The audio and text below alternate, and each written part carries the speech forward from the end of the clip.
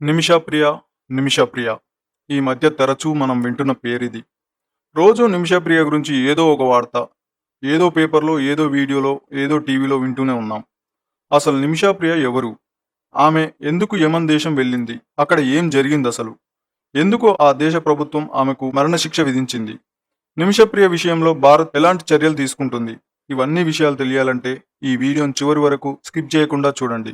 ఇంకా మన channel subscribe చేయనట్లయితే ఇప్పుడే సబ్స్క్రైబ్ చేయండి. ఇలాంటి మరిన్ని ఇంట్రెస్టింగ్ వీడియోస్ మీ ముందుకు తీసుకొస్తాం. ఇక వీడియోలోకి వెళ్తే నిమిషప్రియ స్వస్థలం కేరళ రాష్ట్రంలోని పెల్లూరు పట్టణం. 1981లో పుట్టిన ఆమె విద్యాభ్యాసం అక్కడే పూర్తి చేసింది. నాన్న ప్రైవేట్ డ్రైవర్ కాగా తల్లి హౌస్ వైఫ్. నర్సింగ్ పూర్తి చేసిన నిమిషప్రియ 2008లో యెమెన్ దేశం వెళ్ళింది. అక్కడ ఓ ప్రైవేట్ ఆసుపత్రిలో నర్సుగా విధులు నిర్వహించింది.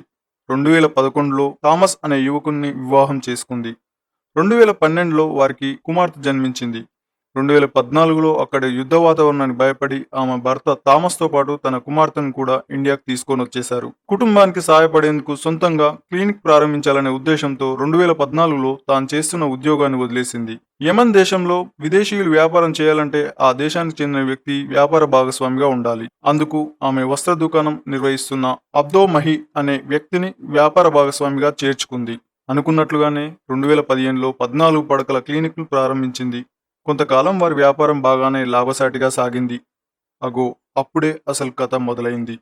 యెమెన్లో ఆమె ఒంటరిగా ఉంటుండటంతో ఆమెను అతను వేధించసాగాడు. అది ఎలా అంటే మానసికంగా, శారీరకంగా కూడా వేధించడం మొదలుపెట్టాడు. అదే సమయంలో నిమిషప్రియ భారతదేశం పాస్పోర్ట్ రెన్యువల్ కోసం తన భర్త అనుమతితో డాక్యుమెంట్లు అందించాల్సిన అవసరం ఏర్పడింది. అక్కడితో అతని వేధింపులు తారాస్థాయికి చేరుకున్నాయి. ఆమె పాస్పోర్ట్ను లాక్కొని అతను ఆమెను మరింత వేధించడం మొదలుపెట్టాడు. ఎలాగైనా ఆ క్రూరుడి నుంచి బయటపడాలని అనుకున్న నిమిషప్రియ 2017 జూలైలో కెటమైన్ అనే ఇంజెక్షన్ ఇచ్చి మత్తులోకి జారుకున్న తర్వాత పాస్పోర్ట్ లాక్కొని వెళ్ళిపోదామనే ఉద్దేశంతో అధిక మోతాదులో ఇచ్చింది. దీంతో అతను మరణించాడు. ఇక్కడ కెటమైన్ అంటే అనస్థీషియాగా ఇచ్చే ఇంజెక్షన్ అన్నమాట. సో 2017లో అతను మిస్ అయినట్లు కుటుంబ సభ్యుల నుంచి పోలీసులకు ఫిర్యాదు అందింది. పోలీసులు దర్యాప్తు చేయగా ఆఖరికి నిమిషప్రియ హత్య చేసినట్లుగా తేలింది. నిమిషప్రియ వాదన ప్రకారం ఆ క్రూరుడు తరచూ తనపై అత్యాచార యత్నాలు చేయడం, బెదిరింపులకు దిగేవాడని, ఆ ఒత్తిడి తట్టుకోలేక, వేధింపులను భరించలేక ఒకరోజు తన ప్రాణాలకు భయపడి అతనికి ఇంజెక్షన్ ఇచ్చి తప్పించుకుందామనే ఉద్దేశంతో ఆ ఇంజెక్షన్ చేశానని, కానీ అది అధిక మోతాదులో ఇవ్వడం వల్ల మరణించాడని ఆమె విచారణలో తెలిపింది. కానీ యెమెన్ చట్టాలు ఈ హత్యను ప్రీమెడిటేటెడ్ మర్డర్ గా పరిగణించాయి. కేసు పూర్వాపరాలు పరిశీలించిన యెమెన్ క్రిమినల్ కోర్టు నిమిషప్రియకు మరణశిక్ష విధించింది. అప్పటి నుంచి నిమిషప్రియను కాపాడేందుకు భారత ప్రభుత్వం, ఆమె కుటుంబ సభ్యులు తీవ్రంగా శ్రమిస్తున్నారు. భారత్లో మరణశిక్షణ విధించిన వారికి రాష్ట్రపతి క్షమాభిక్ష ద్వారా ఆ శిక్షను తప్పించుకునే వెసులుబాటు ఉంటుంది. అలాగే యెమెన్ దేశంలో కూడా బ్లడ్ మనీ అనే ఆప్షన్ ఉంటుంది. అంటే తెలుగులో దీని అర్థం ఏంటంటే చంపిన దానికి ప్రతిగా ఇచ్చే ధనం అని అర్థం. ఈ కేసులో ఆమెకు మరణశిక్ష తప్పాలంటే బాధిత కుటుంబం బ్లడ్ మనీకి ఒప్పుకోవాల్సిందే. సందర్భం వచ్చింది కాబట్టి ఇక్కడ ఈ ఇంట్రెస్టింగ్ టాపిక్ గురించి చెప్పుకుందాం. మన దేశంలో కూడా ఇలాంటి ఒక బ్లడ్ మనీ పాలసీ తెస్తే ఎలా ఉంటుందని భావిస్తున్నారు మీరు? కామెంట్ రూపంలో తెలపండి. ఎందుకంటున్నానంటే కొన్ని సందర్భాల్లో క్షణికావేశంలో కొంతమంది కొట్లాడుకొని ప్రాణాలు తీసుకునే పరిస్థితుల్లో బాధిత కుటుంబానికి ఎలాగూ ఆర్థిక భరోసా ఉండదు. అలాగే దోషికి కూడా శిక్ష పడడంతో అతని కుటుంబం కూడా వీధిన పడుతుంది.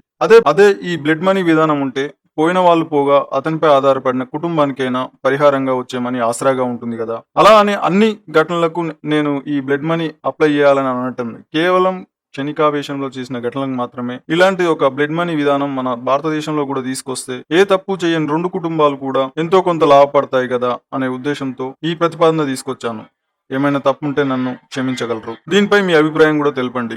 ఇక నిమిష విషయానికి వస్తే, మరి ఇంతకీ బాధిత కుటుంబం సభ్యులు బ్లడ్ మనీకి ఒప్పుకుంటున్నారా అంటే అందుకు ససేమిరా అంటున్నారట.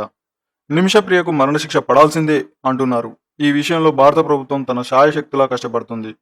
ఇదిలా ఉండగా బాధిత కుటుంబానికి $1 మిలియన్ అంటే దాదాపు 8.6 కోట్ల క్షమాధనాన్ని ఇచ్చేందుకు నిమిషప్రియ కుటుంబం సిద్ధమైంది. ఇందుకు వారు అంగీకరిస్తే నిమిషప్రియకు మరణశిక్ష తప్పే అవకాశం ఉంది. ఈ క్షమాదానాన్ని తీసుకునేలా బాధిత కుటుంబాన్ని ఒప్పించేందుకు మత గురువు కాంతాపురం ఏబి అబూబాకర్ ముస్లియార్ సంప్రదింపులు జరుపుతున్నారు. ఆ చర్చలు ఎలాంటి ఫలితాన్ని ఇస్తాయోనన్న ఉత్కంఠ కూడా నెలకొని ఉంది. నిమిషప్రియ కుమార్తె వాఫా తన తల్లిని కాపాడుకునేందుకు ఉద్యమం మొదలుపెట్టింది. సేవ్ నిమిషప్రియ .org అనే సైట్లో లక్షలాది సంతకాలతో కూడిన వినతి పత్రాలను భారత ప్రభుత్వం యమన్ దౌత్య కార్యాలయాలకు పంపించారు. న్యాయవాదులు, మానవ హక్కుల కార్యకర్తలు, మహిళా సంఘాలు ఈ ఉద్యమానికి మద్దతుగా నిలిచారు. ప్రముఖ సినీ నటులు, రాజకీయ నాయకులు కూడా స్పందించారు. ఇదంతా ఇలా ఉండగా ఇల్లుగాలి ఒకటేడుస్తుంటే కూరలో ఉప్పు తక్కువైందని ఇంకోటి ఏడ్చినట్టుగా ఉంది ఓ పెద్దాయన ముచ్చట. ఎవరని ఆలోచిస్తున్నారా? అదేనండి, సంచలన వ్యాఖ్యలకు మారుపేరుగా మారిన ప్రజాశాంతి పార్టీ అధ్యక్షుడు కేఏ పాల్. నిమిషప్రియ విషయంలోనూ స్పందించారు ఆయన. నిమిషప్రియ మరణశిక్షను రద్దు చేయాలని యమన్ దేశాధినేతలతో మాట్లాడినట్టు ఓ వీడియో రిలీజ్ చేశారు. ఇది చూసిన జనం అవాక్కయ్యారు. ఇది నిజమా అని ఒకంత ఆశ్చర్యానికి కూడా గురయ్యారు. విచారణలో ఇది అబద్ధమని తేలింది. దీంతో ఆయనపై సోషల్ మీడియాలో ట్రోల్స్ మొదలయ్యాయి. చివరగా భారత్కు చెందిన నిమిషప్రియకు యమన్ దేశం మరణశిక్ష రద్దు చేయాలని బాధిత కుటుంబం సభ్యులు బ్లడ్ మనీకి ఒప్పుకోవాలని ఆ భగవంతుణ్ణి ప్రార్థిద్దాం. ఈ వీడియో పైన మీ అభిప్రాయం ఏంటో తెలియజేయగలరు. వీడియో నచ్చితే లైక్ చేసి ఛానల్ సబ్స్క్రైబ్ చేయండి. మరిన్ని ఇంట్రెస్టింగ్ వీడియోస్ మీ ముందుకు తీసుకొస్తాను. Thank you friends. Signing off.